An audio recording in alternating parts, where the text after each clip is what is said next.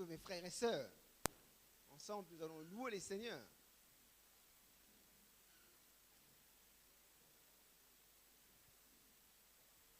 Il y a une personne, quand elle était dans le monde, elle disait, j'attendais les vendredis, samedis, parce que j'allais partir en boîte. Mais nous, en tant qu'enfants de Dieu, nous avons trouvé le meilleur en Jésus-Christ. Il faut vraiment préparer les cultes. Depuis la maison, préparer, sur la route, préparer. Seigneur, je viens devant toi. Je sais que tu auras une parole à me donner. Tu pries. Voilà pourquoi je vous rappelle souvent les cantiques des degrés, ce sont les chants qu'Israël chantait alors qu'ils étaient sur les chemins du temple. Donc, il s'est préparé spirituellement. Parce que la même parole peut être prêchée, si on n'est pas préparé, les uns vont recevoir 10, les autres vont recevoir 5, selon la préparation. Il y a d'autres qui ne recevront peut-être pas grand-chose. Dès qu'on sortira du temple, plus rien ne reste. Voilà pourquoi il faut se concentrer. C'est un temps important. Tu dis, voisin, laisse-moi tranquille, je vais écouter Dieu. Toi aussi, écoute Dieu. Nous sommes là pour écouter Dieu. Dieu nous parle au travers de sa parole.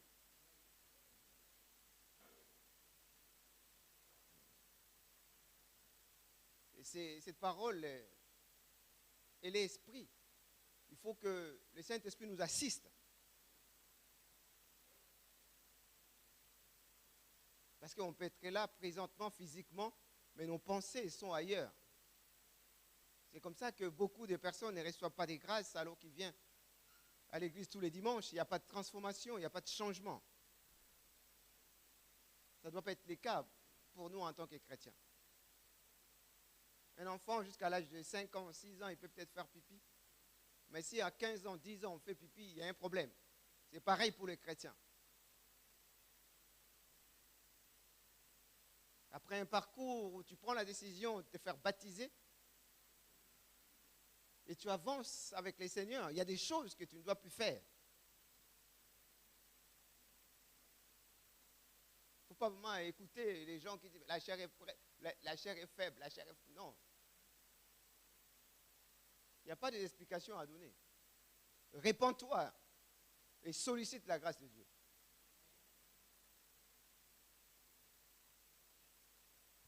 Le Seigneur a promis de répondre à nos prières. Voilà pourquoi je vous dis souvent, moi quand j'étais jeune chrétien, il n'y avait pas encore de vidéos, de YouTube comme aujourd'hui.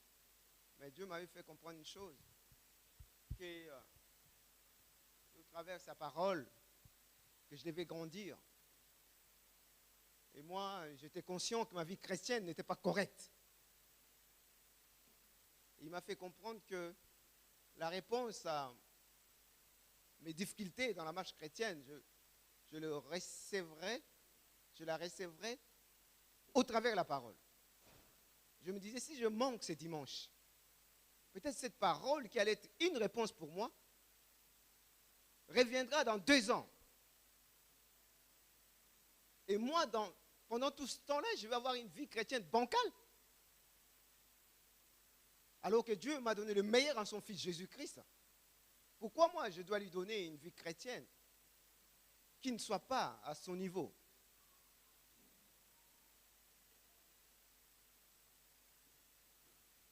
Et c'est comme ça que je dis, il faut que je sois à l'église. Il faut que je vienne à l'église. Il faut que je suive. C'est comme ça que quand je reçois une révélation, Amen. Je saisis la parole, Amen.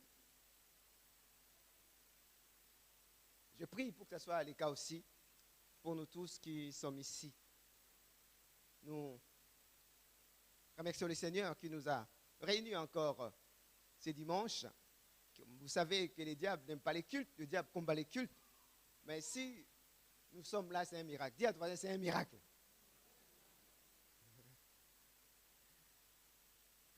Satan n'aime pas les cultes. Et il fait tout pour nous empêcher de venir.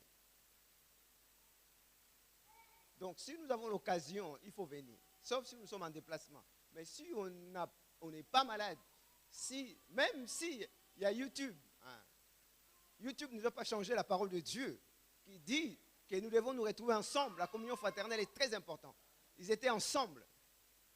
Mais il peut y avoir des cas où on peut être empêché, mais que ça ne devienne pas une habitude. Parce que quand nous sommes présents, il y a une autre onction. Parce que quand vous suivez les cultes à la maison, des fois il y a des gens qui se déplacent. Ils vont aller dans le frigidaire. En fait, ce n'est pas pareil. Moi, je fais l'expérience. Ce n'est pas pareil. Il n'y a pas la même concentration. Après, on a commencé à faire des cassettes. Il y a un pasteur qui dira, celui qui a assisté au culte, il reçoit plus de grâce, plus de force. Mais pour recevoir la même grâce, il faut regarder au moins cette cassette vidéo au moins 5 fois pour recevoir la même réponse. Parce que pendant le culte, c'est différent. Amen. Il y a une onction particulière. La louange, l'adoration prépare nos cœurs. La louange, l'adoration, le sujet de prière ravive notre intelligence. Afin qu'au moment important où la parole doit être prêchée, nous soyons capables de saisir l'insigne de l'Éternel. Et c'est comme ça qu'on va grandir. C'est comme ça qu'on ne sera plus des enfants, pallotés à tout vent de doctrine. Nous serons des chrétiens solides. Amen. C'est Dieu qui ne fait pas de différence. Comme il nous a assistés, il va aussi vous assister. Raison pour laquelle nous témoignons. Nous témoignons parce que Dieu ne fait pas de différence entre ses enfants. S'il a fait ça dans ma vie, il doit le faire dans votre vie. Et la prédication est là pour nous fortifier, pour nous encourager. Parce que la chair, les diables, les mondes nous disent le contraire. Mais Dieu ne change pas. Il a envoyé son Fils Jésus-Christ. Et l'œuvre qu'il a commencée en nous, il saura la rendre parfaite. Qui le croit? Est-ce qu'on peut acclamer très fort le Seigneur? Les textes de ce matin, nous le trouvons dans Romains chapitre 5. Et l'ancien Gabi, puisqu'il a le micro, va nous lire du verset 5 jusqu'à 11. Nous suivons.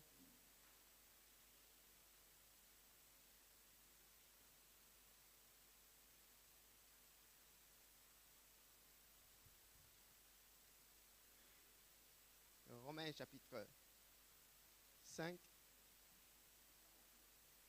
verset 5 jusqu'à 11.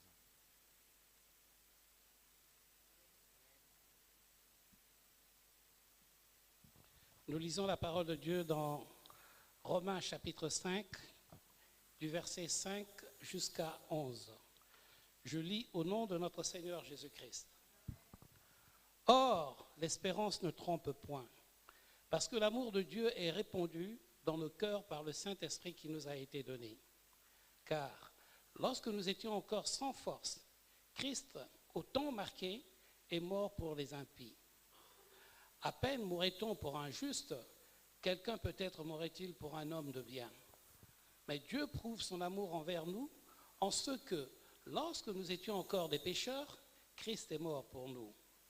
À plus forte raison donc, maintenant que nous sommes justifiés par son sang, serons-nous sauvés par lui de la colère. Car si, lorsque nous étions ennemis, nous avons été réconciliés avec Dieu par la mort de son Fils, à plus forte raison, étant réconciliés, serons-nous sauvés par sa vie. Et non seulement cela, mais encore, nous nous glorifions en Dieu par notre Seigneur Jésus-Christ, par qui maintenant nous avons obtenu la réconciliation. Parole du Seigneur. Nous voulons encore une fois te rendre l'action des grâces pour la grâce que tu nous permets de venir participer au culte. Nous voulons croire qu'il y a un mystère quand tes enfants sont réunis. Non seulement tu nous bénis, nous qui sommes ici, et même ceux qui nous suivent au loin, mais tu vas visiter nos villes, nos familles, notre région, les pays, afin que ta volonté s'impose par rapport à Satan, par rapport à ces démons. Merci de ce que, par le Saint-Esprit, tu vas nous ouvrir les yeux spirituels, les oreilles spirituelles, l'intelligence, pour que nous puissions saisir ta volonté et que, par la force que tu donnes, nous puissions accomplir avec joie, avec persévérance, jusqu'à son retour. C'est au nom de Jésus que j'ai prié. Amen. Dis à ton voisin, réjouis-toi. Je lisais dans le psaume, les serviteurs de Dieu disaient, je chanterai avec joie, avec un cœur joyeux. Je te louerai avec un cœur joyeux. Je réfléchis et dis donc, on peut louer le Seigneur sans être joyeux. Vous êtes d'accord avec moi? Ça m'a choqué. Je dis, oh, Seigneur, pourquoi tu as écrit ça? Donc il y a des gens qui peuvent louer, mais sans pour autant être joyeux. Et si c'est le cas, nous ne sommes pas des véritables adorateurs.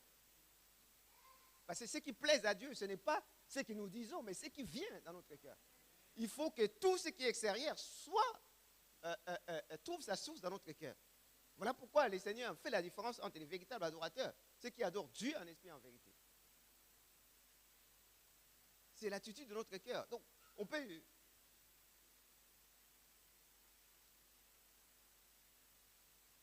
Donc, c'est comme ça que quand tu es conscient que ce n'est pas le cas, quand c'est le temps de louer le Seigneur, remplis-moi de ta joie.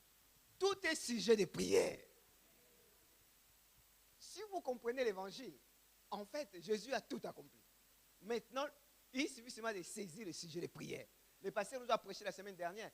Rentrez dans les promesses de Dieu qui sont oui et amen en Jésus-Christ. Seigneur, tu as dit. Tu as dit, ce n'est pas moi. Dieu est responsable de sa parole. Alors remplis-moi de ta joie. Seigneur, pourquoi je me sens lourd? Saint-Esprit, remplis-moi de ton onction afin que toujours de la chair soit brisée. La Bible dit là, avec l'Esprit de Dieu et la liberté. Voilà pourquoi il faut que nous soyons remplis de la parole de Dieu. Dieu n'écoute pas autre chose que sa parole. Que Dieu nous fasse grâce. Et cette année, c'est l'année de réjouissance. Dis à ton voisin, l'année de réjouissance. Moi, je me réjouis, je ne sais pas, je me réjouis. Je me réjouissais déjà, mais cette fois-ci, je me réjouis encore davantage. Parce que Dieu nous donne une direction. C'est Dieu qui a dit à Moïse, dit à tous les enfants d'Israël, aux anciens, de mettre du sang, d'appliquer du sang sur les linteaux. Mais imagine si les peuples n'avaient pas écouté. Ils allaient perdre leur première année. Donc il y a une direction que Dieu donne. C'est à l'église de saisir et de se tenir devant le Seigneur dans la prière. Alors quand moi j'ai écouté ça, j'ai dit Seigneur, je ne veux même pas savoir. Quand Dieu dit ça, frères et sœurs, ne cherche pas à savoir, peut-être demain il y aura des choses qui vont m'arriver, c'est pour ça que Dieu dit ça. Ce n'est pas ça. Pourquoi tu penses déjà qu'il y aura des choses? Ce n'est pas la foi. Il y a des gens bien qu'on a dit, mais non, peut-être s'il dit ça, peut-être qu'il y aura des graffités, parce qu'il y a des choses qui vont arriver. Mais c'est quoi cette histoire? D'où vous sortez ça? Tu saisis l'alliance.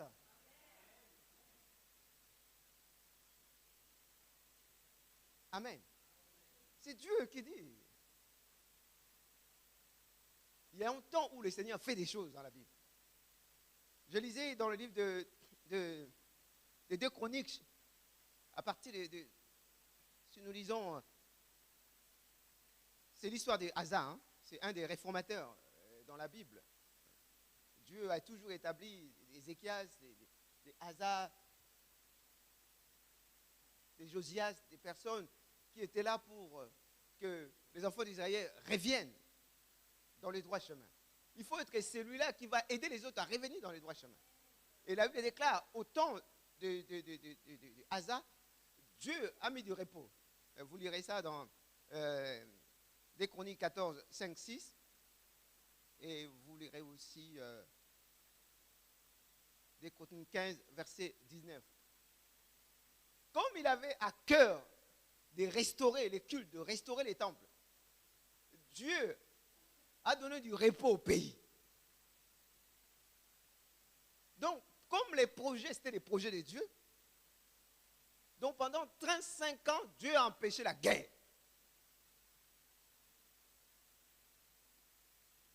Alors qu'Israël était entouré de méchants, ils en voulaient toujours à Israël. Mais comme il avait eu à cœur de restaurer l'évangile, de restaurer les temples, Dieu a mis fin à toute hostilité. C'est-à-dire qu'il y a des temps comme ça, Dieu peut décider parce que c'est le temps du Seigneur. Dis à toi, c'est le temps du Seigneur. Il faut rentrer dedans. Parce que ce n'est pas un choix. Dieu dit, réjouissez-vous dans le Seigneur.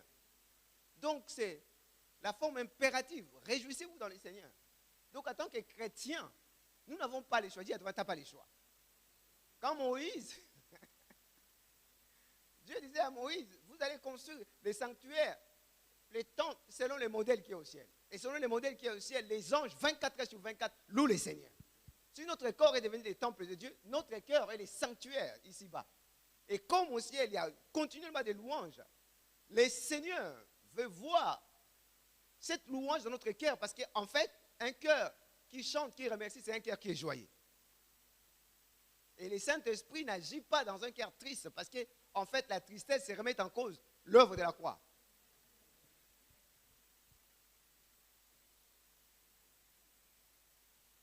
On ne peut pas appâter Dieu parce que tu vas pleurer. Non. Si tu pleures, mais pleure dans la foi. Parce qu'il y a des gens qui me pleurent. Hein? Mais pleure dans la foi. Dis à toi, pleure dans la foi. Seigneur, tu as dit qu'il sera avec moi. Seigneur, merci parce que tu es avec moi, tu vas agir. Ne prie jamais. Seigneur, pourquoi tu m'as abandonné? C'est écrit où? Je serai avec vous tous les jours jusqu'à la fin des pas. Je ne vous abandonnerai jamais. Toi, tu vas me faire quoi ça?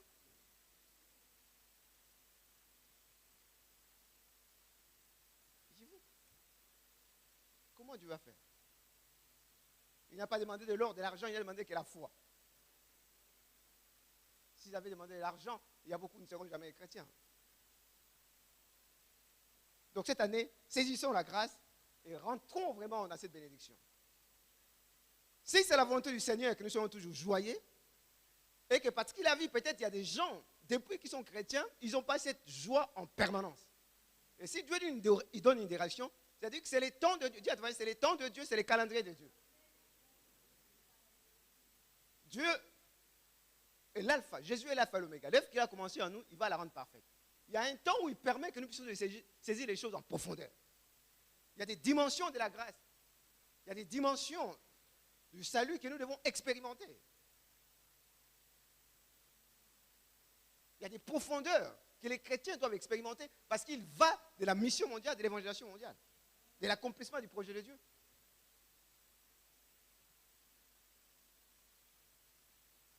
C'est-à-dire que si c'est le cas cette année, et tu pries, tu te réjouis de ça, ça va, Dieu va te l'accorder comme un don. Dieu attendait comme un don. C'est-à-dire que quand c'est un don de Dieu, parce que tu as cru à la parole et tu as prié, en fait, qu'on te mette en prison, qu'il y ait un problème, ça ne change rien.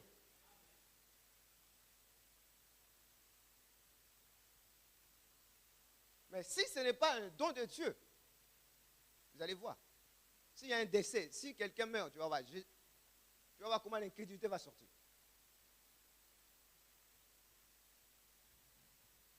Moi, un jour, je priais, le Seigneur m'a donné le pardon comme un don. Dis à toi, le pardon comme un don. Il y a un pardon où, de temps en temps. Mais quand c'est un don, qu'on te gifle, ça te dit rien. Tu dois pardonner. Vous comprenez? C'est ce qu'Étienne a expérimenté. À l'exemple de son maître, Jésus-Christ à la croix. Père, pardonne-leur quand ils ne savent pas ce qu'ils font. Donc, saisissons vraiment la grâce. Moi, à un moment donné, j'ai dit, Seigneur, pourquoi moi, je suis bizarre. Je ne ressens pas vraiment la tristesse. Toute adversité extérieure, ça ne rentre pas en moi. C'est-à-dire que ça ne pénètre plus. C'est comme si mon cœur est barricadé. Donc, ça glisse, ça ne perturbe pas mon cœur. Donc, je peux être 24 heures sur 24 disponible pour accomplir les plans du Seigneur. Si ce n'est pas le cas, on va dire, on amène une maladie. Oh, non, revenez, je vais d'abord jeûner 3 jours. Parce que votre conscience, vous savez que quelque chose ne va pas. Ou bien quand tu le feras, tu ne feras pas avec une foi, parce que ta conscience. Amen. Que Dieu nous donne, on va avancer. Alléluia. Comme un don. J'avais demandé au Seigneur, donne-moi ta joie, donne-moi ta louange. Quelles que soient les circonstances, je sois toujours capable de dire, Dieu, tu as raison. Tu es ma force. Tu es mon salut. Tu es lumière inaccessible. Tu ne tentes personne et tu es tenté par personne. Tu as un plan de paix pour moi. Tu es mon père. Tu as dit, si vos pères, méchants comme ils sont, savent donner les bonnes choses à leurs enfants, à combien plus forte raison, moi qui suis Dieu? Sinon, tout le temps, nous sommes en train d'obscurcir les desseins de Dieu. Et le Seigneur m'a donné cette joie alors que je suis dans le désert. Et ma foi a été fortifiée alors que j'étais jeune chrétien, parce que je suis passé par le désert et sans que cette joie puisse partir. J'ai compris que Dieu est vrai. Non pas parce que j'ai reçu de biens matériels, mais j'ai vu que la parole s'accomplit. Depuis, cette joie ne part pas. Amen. Dis à toi, sois dans la joie.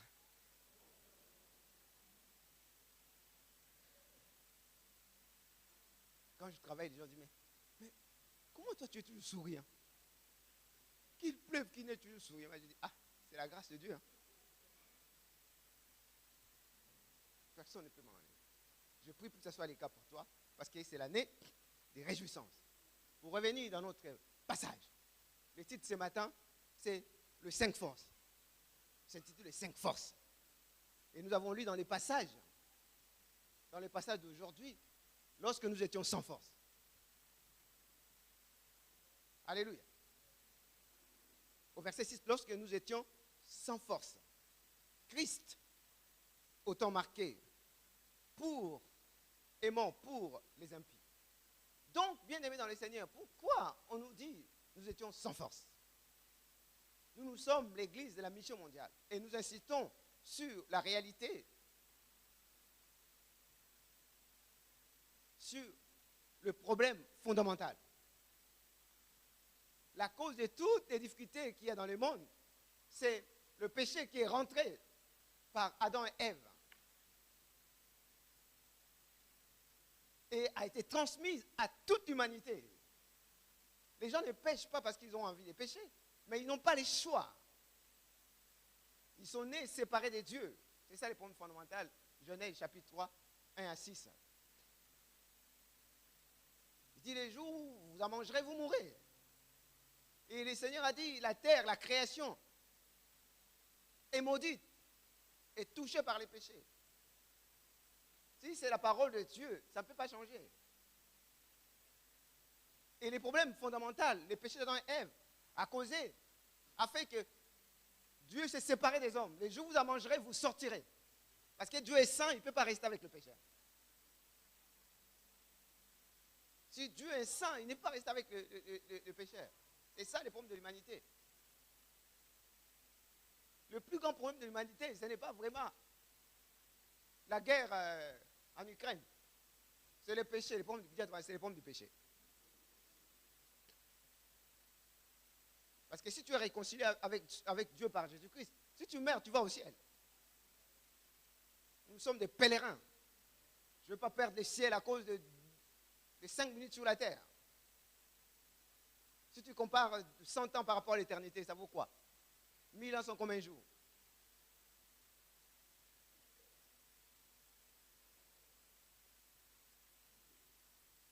Donc, nous sommes devenus sans force, séparés de Dieu.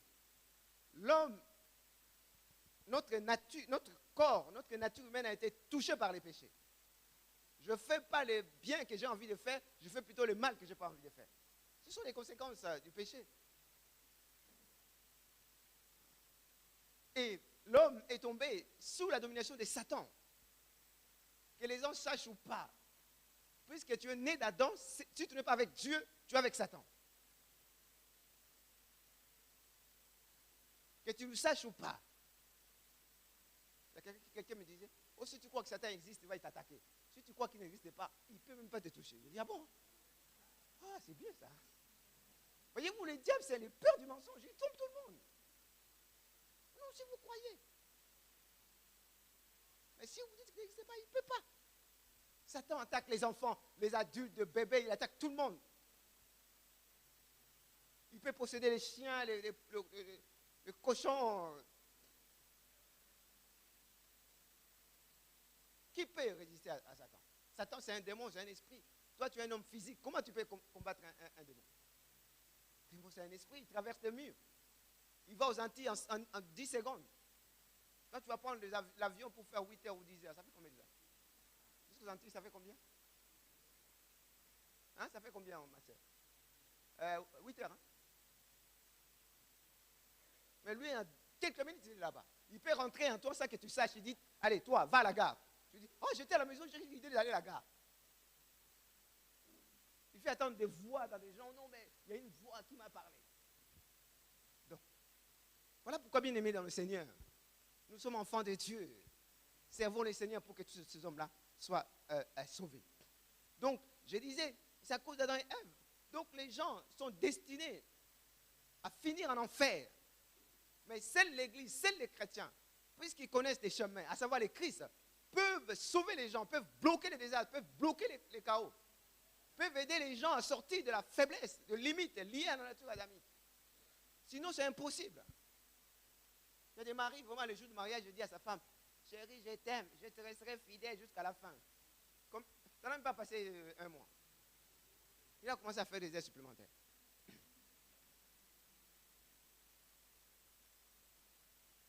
Malgré la bonne volonté, on est limité, cette nature est limitée.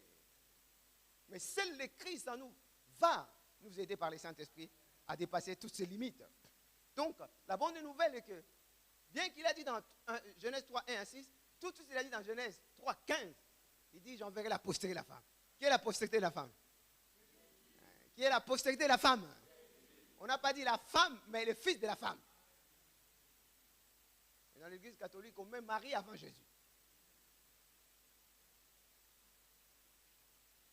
Dans la version, Jésus a une couronne, Marie a une couronne. Mais Jésus a une petite comme ça. Amen. Faut pas vraiment, moi j'étais là-bas. Il ne faut pas vraiment croire. Hein? Si le Seigneur ne te fait pas grâce, tu ne peux pas t'en sortir. Moi, quand j'étais catholique, tu peux parler mal de Jésus, ça ne me dit rien. Mais si tu touches à Marie, tu vas voir.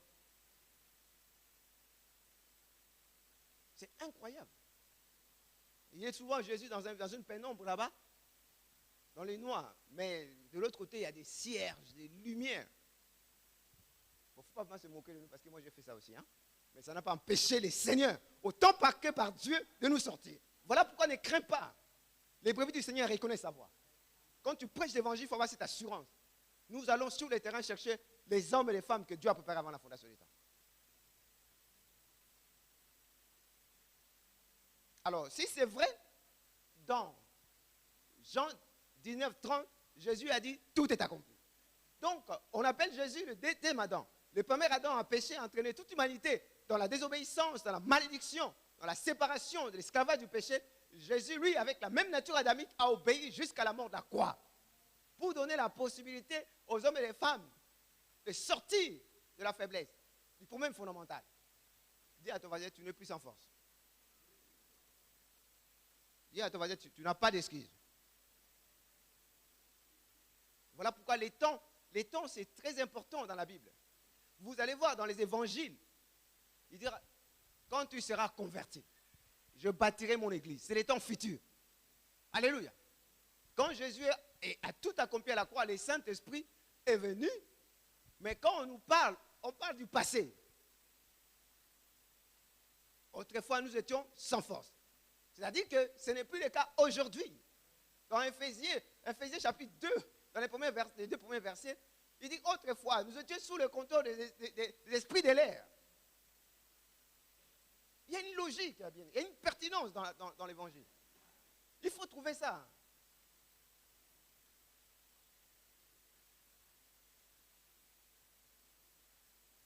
Donc, lorsque nous étions, et c'est arrivé quand Jésus a dit tout est accompli.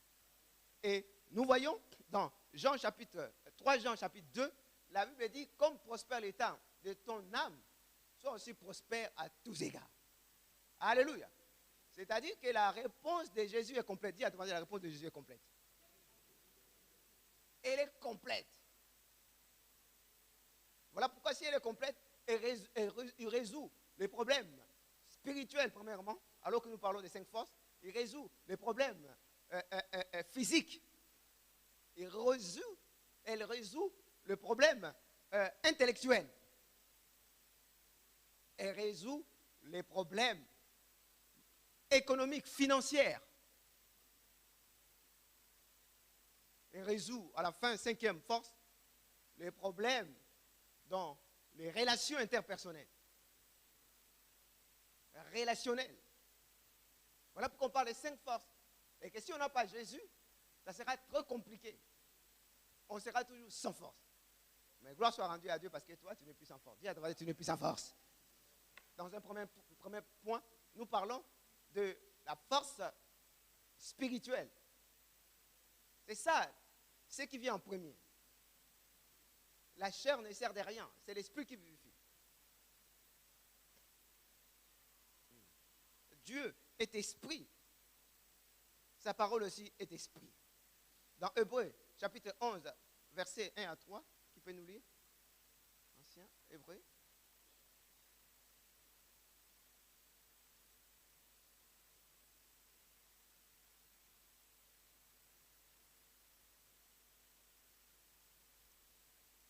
Hébreux 11, 1 à 3. C'est le verset que nous connaissons, mais on va relire quand même. 11, 1 à 3. Amen. Amen. Or, la foi est une ferme assurance des choses qu'on espère, une démonstration de celles qu'on ne voit pas. Pour l'avoir possédée, les anciens ont obtenu un témoignage favorable. C'est par la foi que nous reconnaissons que le monde a été formé par la parole de Dieu, en sorte que ce qu'on voit n'a pas été fait de choses visibles. Amen. Amen. Donc, le monde physique que nous voyons est sorti de l'invisible.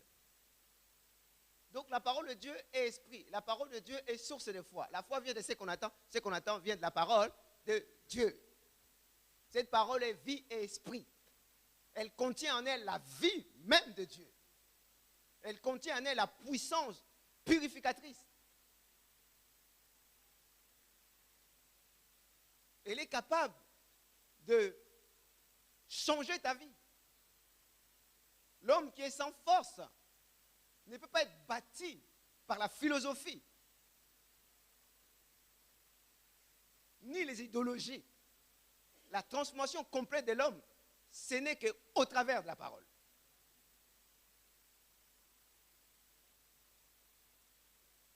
Il y a des gens qui vont en prison, ils sortent, on leur met encore des bracelets, demain ils recommencent. Les actualités sont là. De multirécidivistes. La prison ne peut pas changer ces choses. L'idéologie, les politiques ne peuvent pas changer ces choses. Il faut en tant que chrétiens, nous soyons conscients de ces choses.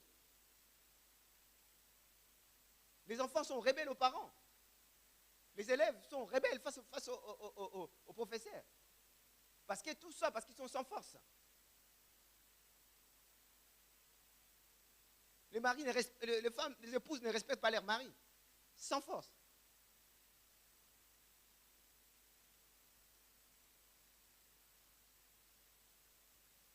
Mais toi, tu n'as pas d'excuse parce qu'on nous dit, nous étions sans force. Alléluia.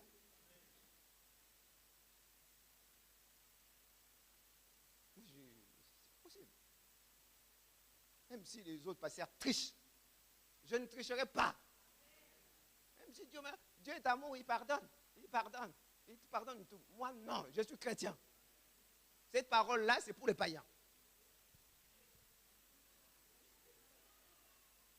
J'ai reçu une sœur dimanche dernier, elle me dit, pasteur, voyez-vous, je l'ai reçu. Il dit, mais quand même, ce n'est pas normal. Elle n'est pas chrétienne. Mais si, on dit toujours, Dieu pardonne en tout temps, mais en fait, quelque part, on n'aide pas les gens. Si moi, il dit, si moi je sais que Dieu pardonne en tout temps, mais pourquoi je vais me prendre la tête?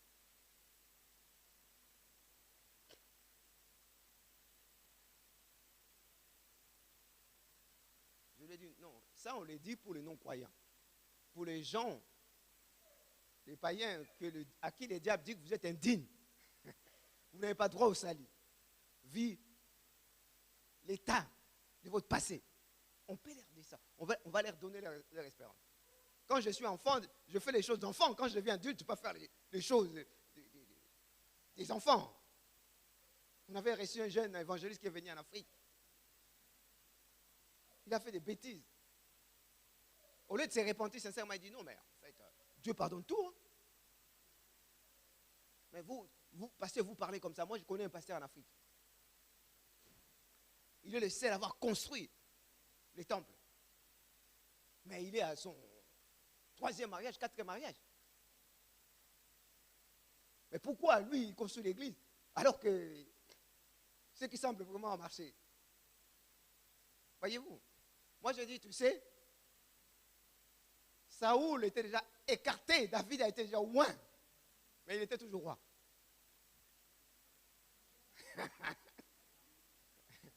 Je lui ai dit, il était toujours roi, disqualifié, mais il était là roi.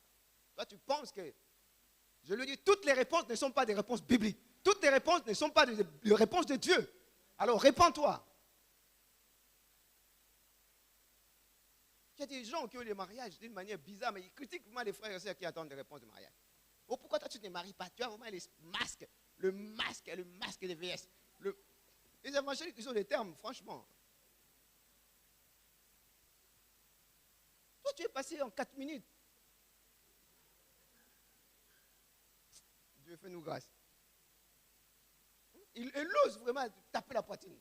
Répands-toi. Tais-toi.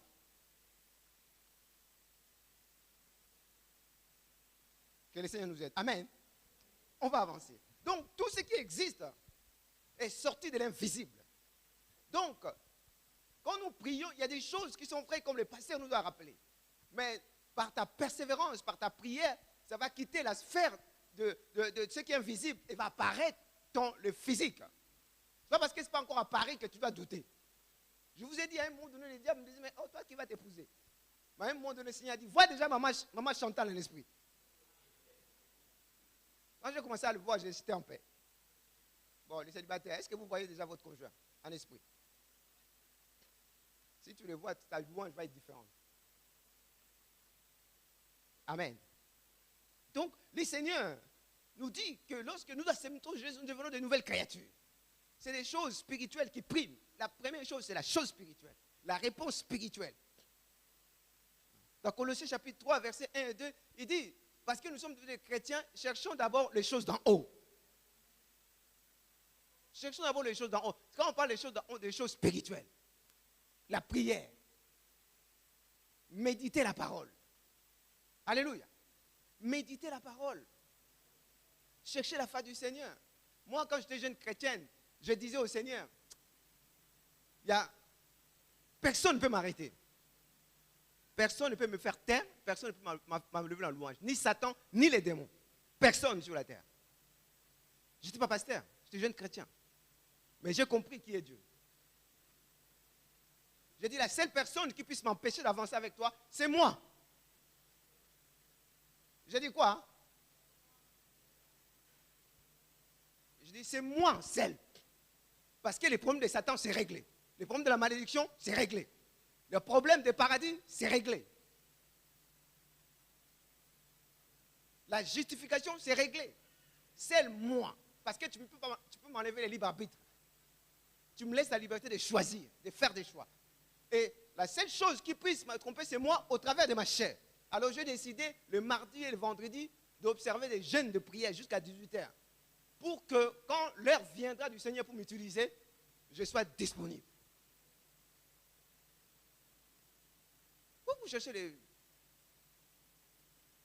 Le Seigneur m'a donné l'obligation de lire la Bible. Et chaque soir, je vous ai dit, je lisais, il m'a dit de lire chaque jour le psaume 119. Jusqu'à fatiguer.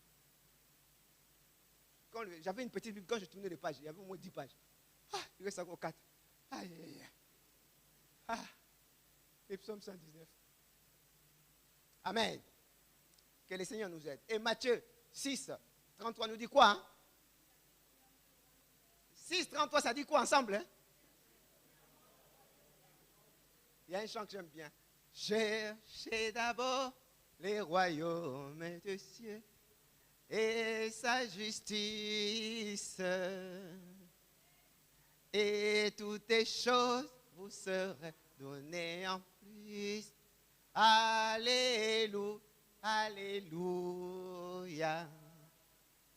L'homme ne vivra pas de pain seulement, mais de toutes les paroles qui sortira de la bouche de Dieu. Alléluia, Alléluia. Alléluia. Alléluia. Alléluia. Alléluia. Alléluia. Cherchez d'abord le chaud du royaume. Comme nous cherchons le pain, le royaume, quand le Seigneur te l'accorde, c'est pour la vie. C'est une réponse éternelle. Il faut que les diables, quand ils nous voient, ils puissent dire, je connais Paul. Amen. Donc, vous voyez, je ne veux pas trop insister, c'est qu'en acceptant Jésus, nous devons croître, nous devons grandir. Et la Bible dit, nous devons aimer le lait spirituel, qui est la parole de Dieu. Dans le livre de Pierre, 1 Pierre. Nous devons aimer la parole de Dieu. Ah, que le Seigneur nous aide. Deuxième point, la force physique. Alléluia. Donc quand on parle de la force physique, c'est la santé. Alléluia. Que nous soyons en bonne santé. La santé, c'est la volonté de Dieu. Dis à ton voisin, la santé, c'est la volonté de Dieu. Mais comme la parole a été prononcée, même quand nous sommes chrétiens, ça touche tous les hommes. On peut être malade. Même en tant que chrétien, on peut être malade. Parce qu'il y a une parole qui a été prononcée. Notre nature a été touchée par les péchés. Mais c'est la volonté de Dieu qui est amour, que les gens soient guéris. Alléluia. Voilà pourquoi il a donné l'intelligence aux médecins. Parce que tout le monde n'a pas la foi pour recevoir la guérison divine par la prière. Alors Dieu a donné l'intelligence aux pharmaciens, aux médecins, pour qu'ils soient capables de soigner. En attendant qu'ils puissent avoir la vraie guérison qui est spirituelle. Amen. Amen. Que le Seigneur nous aide. Moi, quand je dis Seigneur, merci de donner l'intelligence. Moi, je prie. Mais même si tu dois passer par les médecins, mais je vais dire que c'est toi qui m'as guéri. Parce que la somme de toute son intelligence, de connaissances, c'est Dieu. Que Dieu nous aide. Amen. Voilà pourquoi même le païen, il est guéri. Mais nous, en tant que chrétiens, nous bénéficions non seulement de la médecine, mais par-dessus tout, de la guérison par le Saint-Esprit. Dieu peut utiliser les médecins comme des instruments, mais des fois, il peut se passer d'eux. En tant que chrétien. Donc, ne cherche pas à te compliquer. Aujourd'hui, quand le chrétien est malade, il a commis un péché. Effectivement, ta vie. Pourquoi tu es malade? Ça peut toucher tout le monde. Job était malade, mais il n'avait pas de problèmes spirituels. Amen. Donc, c'est le temps pour toi de lancer un défi de foi quand tu es dans la maladie. Tu cherches le Seigneur. Seigneur, il est dit dans le livre de Matthieu 8, 16, 17. Tu as pris nos maladies, nos infirmités. Et par le mérite de Jésus, tu nous as guéris. Il reprend le livre d'Ésaïe, chapitre 53. Alléluia. Qui peut lire pour nous Exode chapitre 15, 26. Exode 15, 26. Donc la volonté de Dieu, c'est la guérison.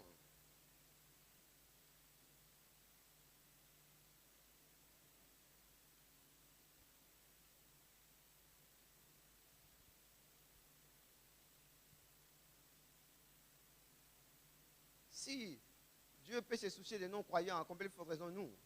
Oui. Amen. Oui. Exode 15. Chapitre 26. Chapitre 26. Je dis 15, 26. 15, 26. Amen. Amen. Il dit, si tu écoutes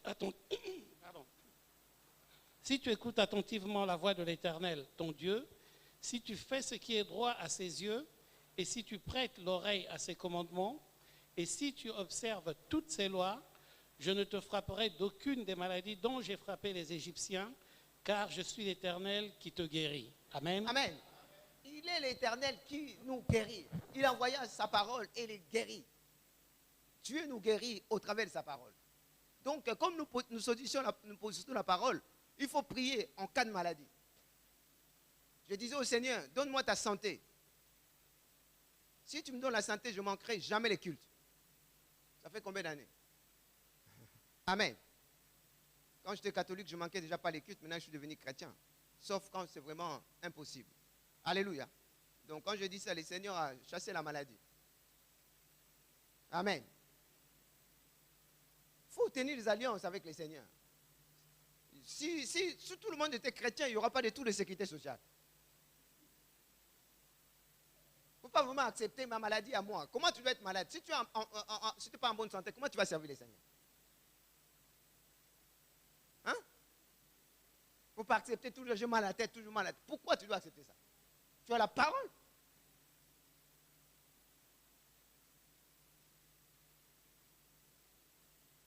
Il n'y a pas une maladie que Jésus ne puisse guérir. Le nom de Jésus est au-dessus de tout nom. Cancer, c'est un autre maladie. Citez-moi encore d'autres. Hein? Hépatite, sida. C'est une maladie. Le nom de Jésus est au-dessus de tout nom.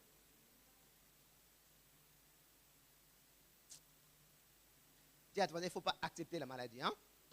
Il dit, toutes les maladies que j'ai envoyées en Égypte, vous n'allez pas l'avoir. À condition, saisissez l'alliance. Vivez en avec la parole. Si tu arrives de faire du mal, tu demandes pardon et tu avances. Que le Seigneur nous aide. Amen. Je ne vais pas m'attarder parce que ce sont des choses que nous connaissons. Dans Jacques chapitre 5, à partir du verset 13, il dit, si quelqu'un est malade, priez les uns pour les autres. Appelez les anciens, priez. La prière des justes a une grande efficacité. Il dit, je vous donne le pouvoir de marcher sur toute la puissance de l'ennemi, rien ne sera vous nuire. Il dit que je vous donne la force, le pouvoir de chasser les démons. Et avec la puissance de guérir toute maladie. Mais tu as la clé, dis à toi, tu as la clé. Il faut l'utiliser. Moi, dès que je commence à voir, je dis, toi, tu sais que c'est temple, ce corps est le temple de Dieu. Arrête. Amen. Une fois, je suis allé voir un chrétien, j'avais un peu mal à la tête, je lui ai dit, bon, est-ce que je peux avoir juste un cachet d'aspirine? Lui, il avait compté déjà, il dit, non, moi, on m'a donné le cure. Donc, il faut chaque jour, il faut que je prenne 2, 3. Je lui ai dit, toi, tu vas finir tous les paquets jusqu'à quand? Donne-moi un, je veux prier. Lui, il a dit, il faut. Tu vois, il les a rangés comme ça. Donc, dès aujourd'hui, dès le matin, dès le soir, tu vois, si je te donne un, ça va, je ne serai pas guéri. J'ai dit, qui t'a guéri? Moi, je prie, Seigneur, merci de ce que tu as donné l'intelligence aux médecins. Mais c'est toi qui m'as guéri. Sanctifie ça au nom de Jésus, je prends.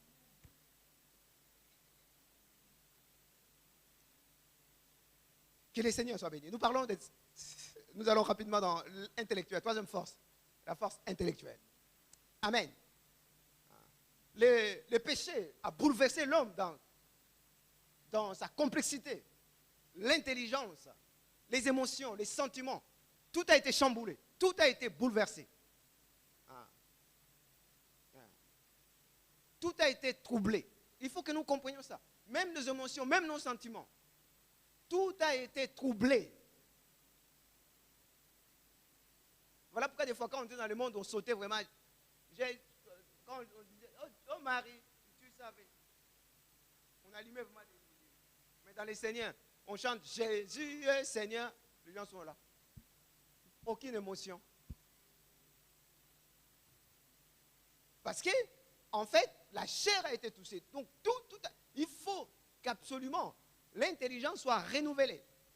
Voilà pourquoi, dans Romains 12, le 3 premiers versets, il dit, soyez renouvelés dans votre intelligence. Gabi, ancien, tu peux me lire Philippe, Éphésiens, chapitre 4, à partir du verset 15. Amen. Éphésiens 4, verset 15. Mais que, professant la vérité dans la charité, nous croissions à tout égard en celui qui est le chef, Christ. Continue. C'est de lui et grâce à tous les liens de son assistance que tout le corps, bien coordonné et formant une solide assemblage, tire son accroissement selon la force qui convient à chacune de ses parties et s'édifie lui-même dans la charité. Alléluia. Je continue. Mon verset 17. Voici donc ce que je dis et ce que je déclare dans les Seigneurs. C'est que vous ne devez plus marcher comme les païens qui marchent selon la vanité de leurs pensées. Ils ont l'intelligence obscurcie. Ils sont étrangers à la vie de Dieu à cause de l'ignorance qui est en eux, à cause de l'endurcissement de leur cœur. Ayant perdu tout sentiment, ils se sont livrés à la dissolution pour commettre toute espèce d'impureté jointe à la cupidité. Mais vous, ce n'est pas ainsi que vous avez appris Christ. Si du moins, vous l'avez entendu. Si conformément à la vérité qui est en Jésus, c'est en lui que vous avez été instruits à vous dépouiller eu égard à votre passé, du vieil homme. Alléluia. Donc, le péché a touché l'intelligence. Des fois, les gens, ils sont là pour chercher à créer des bombes qui vont toujours tuer plus de gens. La bombe atomique qu'on a envoyée à Nagasaki et à Hiroshima, c'était peut-être 50 fois moins puissante. Mais aujourd'hui, les niveaux des bombes atomiques, ça peut détruire le monde. Tous, donc avant que, quand les Russes vont lancer, les satellites vont trouver, les Français vont lancer, les Américains vont lancer, ce sera force combien? 10. Voilà pourquoi il faut prier. Hein? Il faut prier. Mais même si ça devait arriver, on va au ciel. Dis à toi, on rentre à la maison. Parce que nous sommes au temps de la fin. Que le Seigneur nous aide. Il dit les païens ont l'intelligence obscurcie. Ils sont étrangers aux choses de Dieu. Mais nous sommes de Dieu. Alléluia. Vous allez lire dans Romains, chapitre 1er. Vous lirez à la maison, du verset 18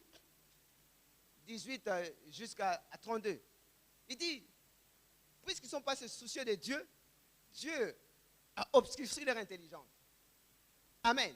Ils adorent les objets, ils adorent les arbres, ils adorent des statues, ils adorent des animaux. Réfléchissez un peu.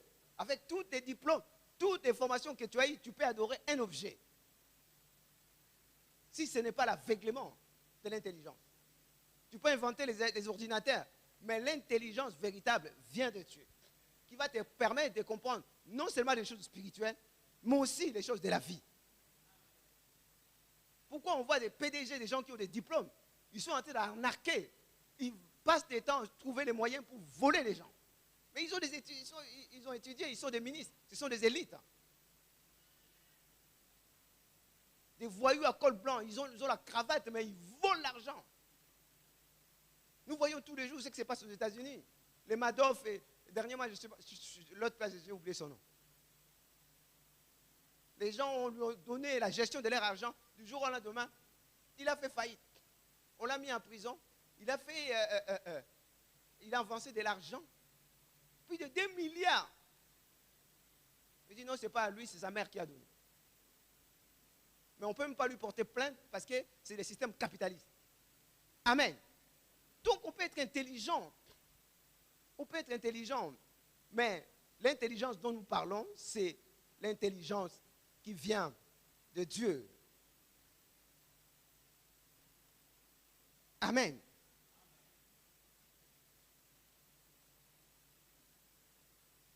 La Bible ne nous dit-il pas que la sagesse, l'intelligence des hommes est folie vis-à-vis de Dieu? Et que la folie de Dieu est plus sage que les hommes. Amen. Toute l'intelligence vient de Dieu. Je bénis le Seigneur parce que le Seigneur va nous donner en cette année des grâces. Quand nous voyons des fois notre jeune fils qui fait la batterie, aujourd'hui il commence à faire le piano. Il n'a même pas été à l'école. Amen. Papa, maman, priez pour vos enfants. Il est dit dans le livre de Exode chapitre 31, qui va lire pour nous. 31. Pour les besoins du culte, pour les besoins du temple, Dieu a donné de l'intelligence à Bezalel, fils d'Uri. Du jour au lendemain, il se réveille. Dieu a dit à Moïse, va lui présenter des choses. Il va construire, il va travailler l'or, il va travailler le tissu. Il n'a même pas été à l'école. Il dit, cette nuit, je vais le visiter, le Saint-Esprit va le visiter, il sera capable. Pour les besoins de Dieu. Pour les besoins de Dieu, Dieu peut vous donner l'intelligence. Pour les besoins de Dieu, Dieu peut vous donner les talents, des capacités. Dieu a donné l'intelligence même aux païens. Pourquoi il donne aussi aux païens? Parce qu'ils sont à l'image de Dieu. Alléluia. Ils sont à l'image de Dieu. Pour que la vie continue, il a donné aussi l'intelligence aux gens qui n'ont pas été aux études. Les femmes en Afrique des civilisations primaires, ils savent que si l'enfant naît, il faut couper le cordon ombilical. Qui leur a dit? Hein? C'est Dieu. Oui, mon frère. Je dis Exode 31, à partir du verset 1er.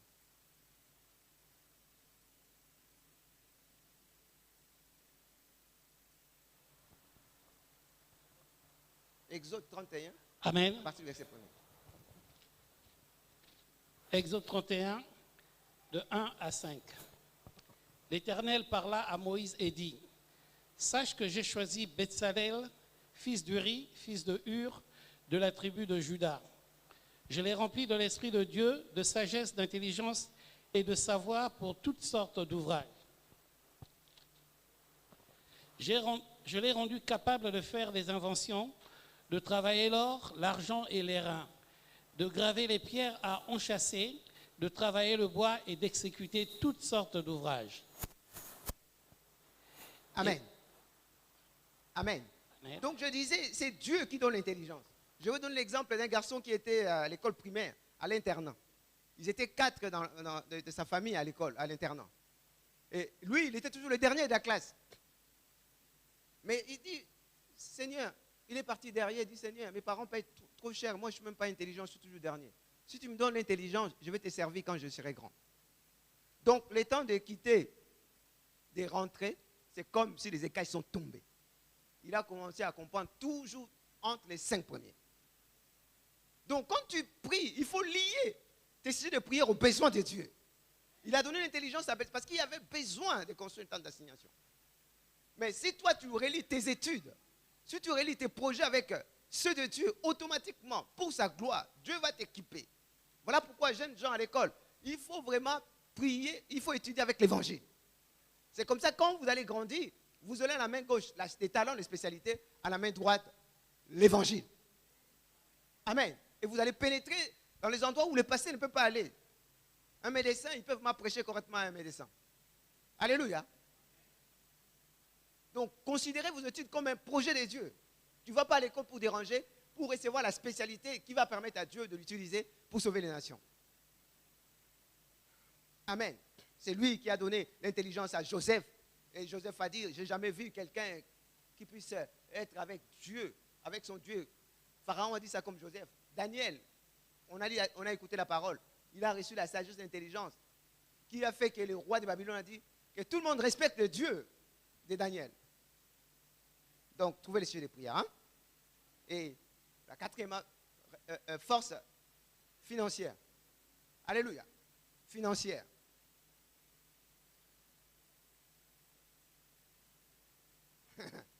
Amen. Dieu ne veut pas que nous soyons pauvres. Amen. La pauvreté en Israël, c'était vraiment la malédiction. Parce qu'ils n'écoutaient pas, Dieu a envoyé les fléaux, la peste. Il a envoyé des sauterelles, la famine. Il a envoyé les ennemis parce qu'ils n'écoutaient pas la parole de Dieu. Mais toi, tu es devenu enfant de Dieu. La Bible dit, Jésus se fait pauvre pour que nous soyons enrichis à tous égards. Donc la réponse de Jésus est complète. Amen. Si tu as des difficultés, il faut prier, Seigneur. Jésus s'est fait pauvre pour moi. Amen. Il faut vouloir le meilleur. Tu pries, tu vas aller chercher le travail. Dieu n'a pas créé l'or et l'argent pour que ce soit le monopole de Satan et ses acolytes. La Bible dit dans Agé chapitre 2, 8, l'or et l'argent appartiennent au Seigneur. Est-ce que vraiment le Seigneur a créé tout ça pour Satan et ses acolytes? Non, c'est le péché d'Adam et Ève qui a fait que ces choses sont passées entre les mains de Satan. Mais Jésus est venu mourir, il a dit tout accompli, pour que toutes choses soient restaurées. Amen. Bon. Qui a des projets pour créer des entreprises? Il faut prier pour ça. Hein? On a l'exemple de l'ancien Mine. À Paris, à l'église de Paris. Il a perdu tout son travail. Il dit, Seigneur, moi j'ai cette fibre d'entrepreneur. Qu'est-ce que je veux faire? Le Seigneur a dit, tu fais les pâtes, les nouilles asiatiques. Il a dit, oh, moi j'étais dans les bâtiments, j'ai conçu des tours. J'étais dans le métier, mais toi tu veux te faire des nouilles. Mais aujourd'hui, cette entreprise prospère. Et notre sœur Sarah travaille là-bas. C'est une entreprise évangélique pour la mission mondiale. Amen. Amen. Quand encore Sarah était étudiante, je dis, il y a une sœur qui fait la logistique. Il dit, pasteur, dès qu'il aura son diplôme, tu viens. Il a été pris sans CV. Dis à ton sans CV. Mais il faut qu'il y ait de plus en plus de chrétiens qui puissent être des entrepreneurs, qui possèdent de l'argent. C'est comme ça qu'il a dit aux enfants d'Israël, quand vous allez sortir, demandez aux païens, aux Égyptiens, ils vont vous donner l'or et l'argent. Avec cet or, vous allez me construire un lieu où je vais vous rencontrer. Si on n'a pas l'argent, comment on va faire? Que le Seigneur nous aide. Amen. Dans Genèse chapitre 22, verset 14, il se présente comme étant le Jéhovah-Jireh, l'Éternel qui pourvoit. Dans Éphésiens 3, chapitre 20, la Bible dit, Dieu donne au-delà de ce que nous pensons et demandons. Il est le Dieu illimité. Alors, va devant ton Père dans la foi. Seigneur, ne demande pas pour se vanter par rapport aux autres. Hein? Demande pour les projets de Dieu. Et c'est comme ça que tu sauras apporter les dîmes. Comme nous avons dit, les différentes sources de l'Église, ce sont les dîmes, les offrandes et des libéralités. Les dîmes que nous donnons chaque mois qui concernent nos 10%. Je bénis le Seigneur parce que dans cette église, il y a des gens qui donnent leurs dîmes par virement. Et nous avons dit cette année, on va faire, dans l'assemblée, on a opté pour un budget annuel. Il faut que tous les disciples de l'église qui travaillent puissent rapidement, en ces mois, faire ce travail, donner à Dieu. Amen. Dis à toi, il faut donner à Dieu. Alléluia. Dis à toi, la dîme, c'est une offrande. C'est une offrande. C'est-à-dire que c'est une offrande. Ce n'est pas un sacrifice qui va te... Vous comprenez, quand on offre la dîme, on parle de sacrifice. Mais en fait, c'est une offrande spéciale par rapport à ce que je reçois. Les prémices appartiennent à Dieu. Amen. Dis à ton voisin, on va atteindre des budgets cette année. Ces mois-là, on aura les budgets. Hein? Que le Seigneur nous aide. Ce n'est pas une douleur, ce n'est pas une souffrance, c'est une adoration. Et le Seigneur va nous bénir. Et j'avais dit la dernière fois, concernant le païen qui apporte des offrandes. Et nous avons vu que ce soit l'Église, que ce soit l'État, que ce soit l'Église, que ce soit l'État, ce sont des choses voulues par Dieu. Amen. Ce sont des choses voulues par Dieu. Et tu verras que pour l'Église, si c'est la volonté de Dieu, l'État c'est la volonté de Dieu, mais l'Église, celui qui gouverne, celui qui conduit, c'est qui? Et dans le monde, c'est qui dans un pays? Dans un pays, c'est qui? Amen. Dans un pays, c'est les présidents.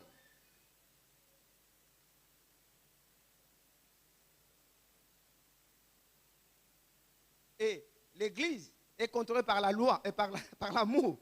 Et l'État, c'est par la loi. Amen.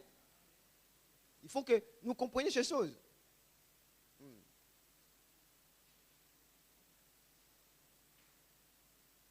Les finances de l'Église par les dîmes. Amen. Les finances de l'État, c'est pas les impôts.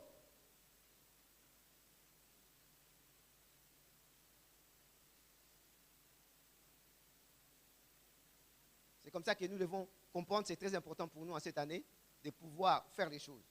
Dans le monde est composé par les citoyens, l'Église est composée des croyants, des chrétiens. Il faut qu'en cette année, nous comprenions que si Dieu est l'origine de toutes ces structures, mais il a aussi établi des choses pour que nous puissions faire les choses correctement. Amen. Et en dernier, nous parlons de la force interpersonnelle. La Bible dit, Dieu a créé tout homme par son image. Et Jésus est mort pour tous les hommes. Et si c'est vrai, la Bible dit, le plus grand commandement, c'est aimer Dieu de toutes ses forces, de toute son âme, de toutes ses pensées. Donc, si Dieu est amour, il nous donne l'amour pour aimer les autres. Évangéliser, c'est aimer les autres. Et en cette année, nous allons vraiment vivre ces choses. Que nous devons nous aimer les autres, les uns les autres. Dans Romains chapitre 13, verset 9-10, la Bible dit, la loi est résumée à un seul commandement. Tu aimeras Dieu de tout ton cœur, de toute son âme, toute ta force. Et en tant qu'Église, nous devons être ouverts. En tant que chrétiens, nous devons être ouverts. Nous devons être ceux-là qui accueillent. Nous allons être ceux-là qui accueillent les nouveaux, ceux qui ont des faiblesses. Au-delà de nos caractères, de nos tempéraments. L'Église, c'est comme une clinique. Nous venons avec notre passé, mais nous devons nous aimer les autres. Il faut regarder les autres comme Jésus le voit. Amen. Il faut savoir accueillir les gens. Tout le monde est important ici. Et en tant que chrétien, il faut vraiment s'engager dans l'Église. Il faut s'organiser pour que nous soyons présents dans les choses de Dieu. Il faut aider les autres à croître. Nous ne sommes pas là pour nous juger les uns les autres, mais pour aider les autres à devenir mûrs. Parce qu'un chasse 1000, deux chasse 10 000. C'est comme ça qu'en cette année, bien dans le Seigneur, ayons cette pensée, accueillons les gens, soyons ouverts et Dieu va accomplir sa volonté. La maison qui accueille, c'est une maison qui est bénie. Nous ne connaissons pas les plans de Dieu dans la vie d'une personne. Comment toi tu peux les négliger? Est-ce que quelqu'un devient chrétien par lui-même ou c'est par le Seigneur? Jésus est mort pour lui. Moi, le Seigneur m'a reproché sur l'église. Il a dit, de quel droit tu regardes le fidèle d'en haut? J'ai eu peur. Je fais un peu la fine bouche là, quand je suis devant, mais quand je descends là, agneau. Alléluia. Parce qu'il m'a fait comprendre la valeur de ses enfants. Il dit, ce n'est pas toi qui es mort pour eux. C'est toi qui as donné ta vie pour les fidèles de l'église.